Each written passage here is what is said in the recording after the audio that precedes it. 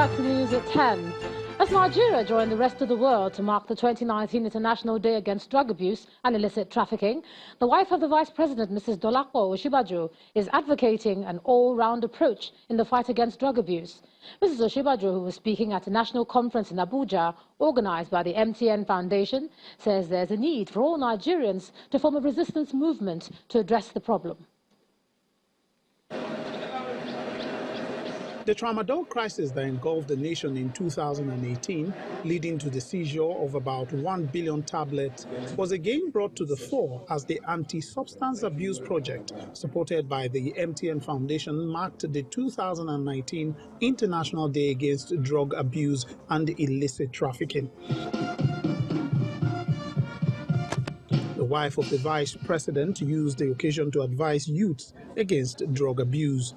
This is a monster with many heads, like the mythological character Medusa, a head with snakes instead of hair. This problem is extremely dangerous. Please put your hands together. The chairman of the National Drug Law Enforcement Agency decries the situation, just as the chairman of the MTN Foundation speaks on the menace of drug abuse. One other thing we have decided to do differently is taking the anti-drug message to the doorsteps of some of the most vulnerable populations, often neglected or overlooked. I want us, especially those listening to us who are corporate bodies, to realize that we have the duty of care to make sure that this menace is addressed ASAP. Getting into drugs in the first place. In an emotion-laden voice, the executive secretary of the MTN Foundation expressed concerns over the entry age of drug abusers. It is quite sad to see the entry age into drug use come down in our country. As a major investor in youth development in Nigeria, the MTN Foundation is matching words with action to address substance abuse in Nigeria, with the theme Justice for Health, Health for Justice. Working together for a drug-free nation is a realizable vision. And from there, let's take a look at some business news now. Here's Anne Waudu.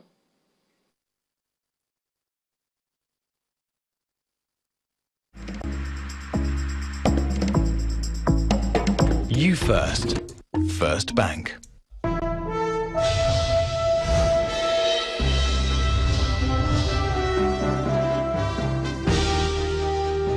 Thank you, Ijoma. The Federal Allocation Accounts Committee has already shared a total of 679.69 billion naira to the federal government, state and local government councils as federal allocation for the month of May. A breakdown of the distribution shows that the federal government received 284.163 billion naira, and that's about 52.68% of that allocation. States received 187.6 billion naira, about 26.72%, while local government councils got 140.99 billion naira.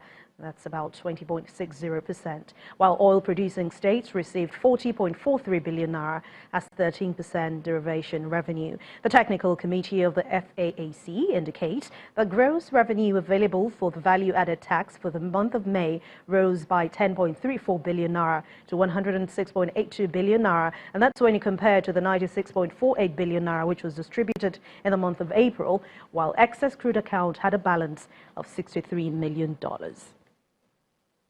The National Program Officer of the United Nations Industrial Organization, Dr. Ruben Bamidele, is calling for more private sector funding to boost the businesses of owners of small businesses. And speaking at an event to mark the World and MSME Day in the nation's capital, Abuja, Dr. Bamidele explains that the private sector lending a hand of support to government intervention, the sector will provide more jobs and income for youths engaged in the sector.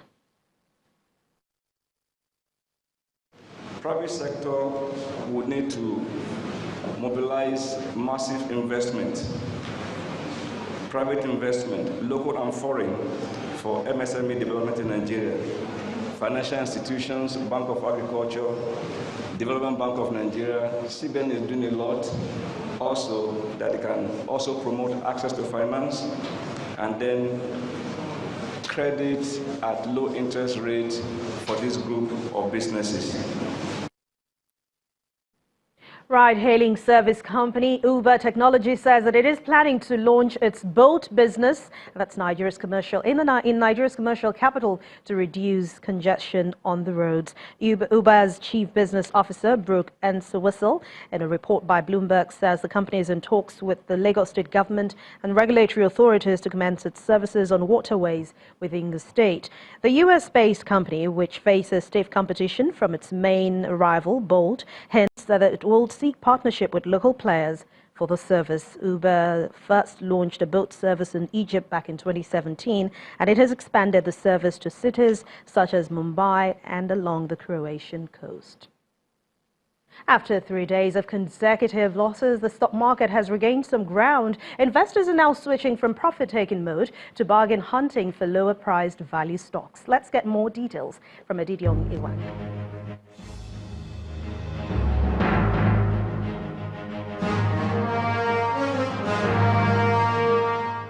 Hello and welcome to the Stock Market Report.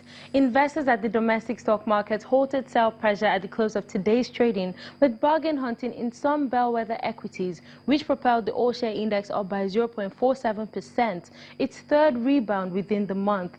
Now, Thursday's recovery was largely driven by price rally from key high-value stocks across 4 sectors, particularly the industrial and consumer goods counters, while the banking index fell by 0.10% on some profit-taking.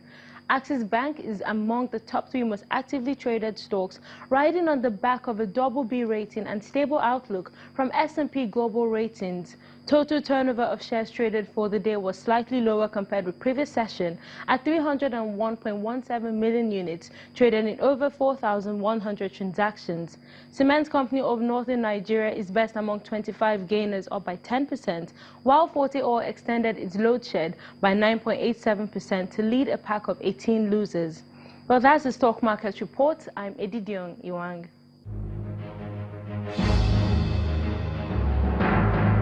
Thank you, Edidiong. It's a similar positive picture with other global stock markets around the world, except some leading African stocks. Investors are still focusing their attention on more anticipated meeting between US President Donald Trump and his Chinese counterpart Xi Jinping at the G20 summit, which is scheduled for Saturday in Japan.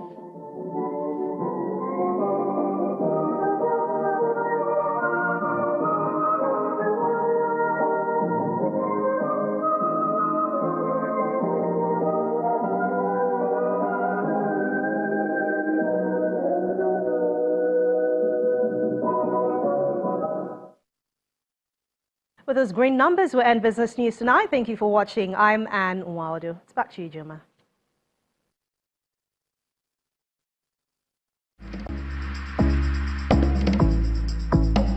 You First. First Bank. Thanks a lot, Anne. Let's get a wrap-up of international news. Here's Simon Pusey with Around the World in 5. Good evening from the Channel's newsroom here in London. The threat of a global trade war is looming, with President Trump setting the tone for the G20 summit. He's lashed out at India for imposing what he says are unacceptable tariffs. The country targeted 28 US products earlier this month after Washington announced it was withdrawing India's preferential trade treatment. On Twitter, President Trump wrote, "I look forward to speaking with Prime Minister Modi about the fact that India, for years having put very high tariffs against the United States, just recently increased the tariffs even further. This is unacceptable and the tariffs must be withdrawn." Earlier, he took aim at China, saying Beijing wants to do a deal because the world's #2 economy is going down the tubes. World leaders have now arrived in Osaka for the 2-day meeting, which gets underway tomorrow. Tensions over North Korea and Iran are also expected to be addressed. Police have seized 39 kilograms of cocaine from a Brazilian Air Force officer. He was due to accompany the president, Jair Bolsonaro, home from the G20 summit. The man was arrested in Seville with the drugs in his luggage. On Twitter, President Bolsonaro said if proved guilty, the officer would be judged and convicted by law. Concerns over the German Chancellor's health have been renewed after she was seen shaking at a public event. Angela Merkel looked uncomfortable while standing next to the country's president during a ceremony in Berlin. It's the second time this has happened in less than 2 weeks. She seemed to struggle while listening to national anthems when the Ukrainian president visited last Tuesday. A spokesman for the Chancellor dismissed the concerns, saying she is fine. At least 16 people were crushed to death and dozens of others injured during Independence Day celebrations in Madagascar. The bodies, including 3 children, were seen in the mortuary of a hospital in the capital. The stampede happened at a stadium where several thousand people had gathered for a concert following a traditional military parade. The country's president and prime minister were at the hospital to support the victims' families. 2 suicide bombers have launched separate attacks in the Tunisian capital.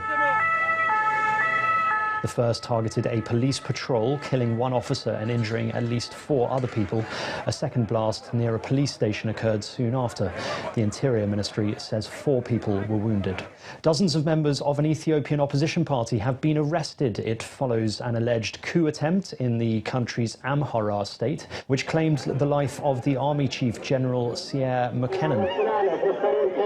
Officials say he was shot by his bodyguard. The government's now said to be scrambling to contain a political crisis. Preparations are being made for the funerals of a man and his daughter who drowned trying to cross the Mexico-US border. Oscar Alberto Martinez and Valeria, who was almost 2 years old, were found face down on the banks of the Rio Grande River. Their bodies are being returned to El Salvador. His partner and mother of the child, Tania Avalos, is said to have witnessed their deaths. Está afligida, está con un dolor muy profundo, está en un shock, ahora sí que permanente, y hemos respetado nosotros su privacidad, su privacidad, y nosotros como gobierno del Estado estamos solamente concluyendo lo que es la gestión legal en la Procuraduría en representación del Instituto Tamaulipeco para los Migrantes. 2 people were killed and at least 7 injured when a plane was forced to make an emergency landing in Siberia. Passengers filmed the disaster as it unfolded, the pilot losing control after the aircraft overshot the runway on landing. 47 people, including 4 crew, were on board when the plane hit a small building and caught fire.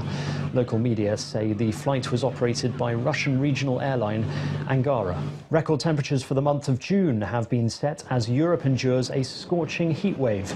The Met Office says hot air from the Sahara has engulfed the continent, pushing temperatures over 40 degrees Celsius. Forecasters are warning it's going to get even hotter across many countries over the next 3 days. The tinder-dry conditions and strong winds are also fueling fires in Spain. Thousands of acres have already been burnt and dozens of people have been evacuated from farmhouses in Catalonia. The regional government says it's one of the worst outbreaks the area has seen in 2 decades. Australia says it's urgently seeking information about a man who it's feared may have been detained in North Korea. 29-year-old student Alex Singley has been living in Pyongyang. His friends reported him missing earlier in the week, and his family says it's not had any contact with him since Tuesday. The government's described it a very serious set of circumstances. And finally, an Algerian teenager is being praised for saving the life of a 2-year-old girl in Turkey.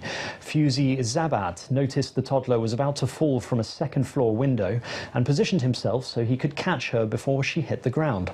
Because of his actions, Doha Mohammed escaped unscathed, suffering no injuries at all. The little girl's family have hailed him a hero. He says he simply did what was necessary. And that's your international news around the world in 5. That's amazing. Still ahead on the news at 10. Algeria booked their place in the last 16 of the 2019 Africa Cup of Nations after beating Senegal in the second Group C game. That's on sports. Please stay with us.